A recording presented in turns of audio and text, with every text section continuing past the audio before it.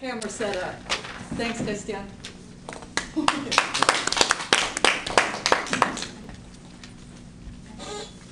Fellow Toastmasters and guests, and specifically David. David, you got me there when you asked the question, what is the gift of life?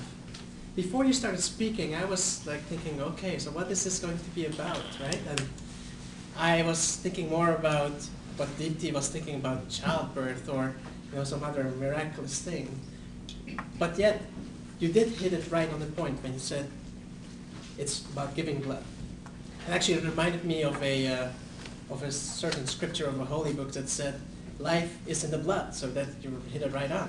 Life is in the blood. Now, you did get a lot of people's attention also by asking various different questions when you asked them about their involvement of giving blood, or do you know what this is, or all these kind of things. So that was a good way to get everyone in the room engaged. So I'm glad that you did that. Also, I liked your organization because you had an opening where you engaged people, and then your body was composed of all these facts that you got from your research. You shared with the audience some statistics about how many people need blood and how much blood is produced, and that blood is a non-renewable resource and that kind of thing.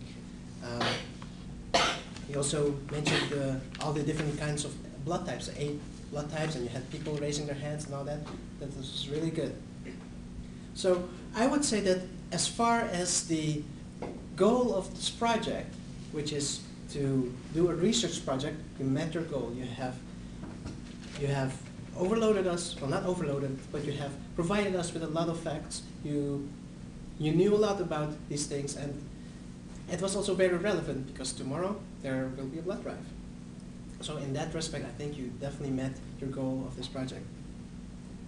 Now, just a couple of things to improve upon. I felt that for this kind of speech, this kind of topic, yes, it was a research topic, but this was a speech that would lend itself for a lot of passion. Now, let me just give you an example. Vishwas is here, and his t-shirt, stand up, it says blood, right? Donate blood. Donate blood. If you were to switch t-shirts before you came to this meeting, I think that would have been very effective. So that's just one of the things where you could have shown your passion to this. And also, I'm not talking about the t-shirt alone, but just like your gestures and movement and vocal variety. I felt that for most of the speech, your tone was a little bit kind of at the same level, and I think you could vary it more by pitch or by volume, just to show your passion for this thing, because I do see that you're passionate just of the topic itself, but I think it could show a little bit more in your gestures and vocal variety. Now, as far as your preparation is concerned, I think you did well. You illustrated a lot of facts here, and also I think you connected well with the audience because you did put in a couple of points of humor in there. You mentioned the blood as a means of losing weight, and you didn't know your blood type, so I thought that was kind of funny. And then I thought that's also very relevant because everyone here now knows about the blood drive that is happening tomorrow, and I think it's very relevant for everyone in this room. So with that, I think it was an effective speech. You all gave us something to take home with, a piece of paper that shows you where the blood drive will be, and I hope that all of you will be inspired by this. Thank you. Listening.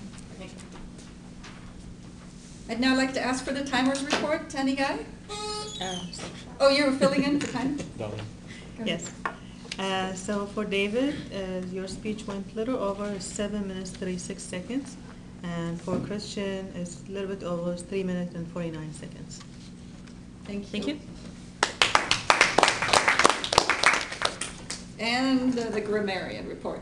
Dipti, are you doing grammarian? Okay. Thank you, Raja. So for the speaker, I think we did very good. There's just some examples that I think would help. Is like in some cases you use like double words, like our blood is made up, is produced. So you could kind of get rid of the is made up and say our blood is produced. So this is an example there.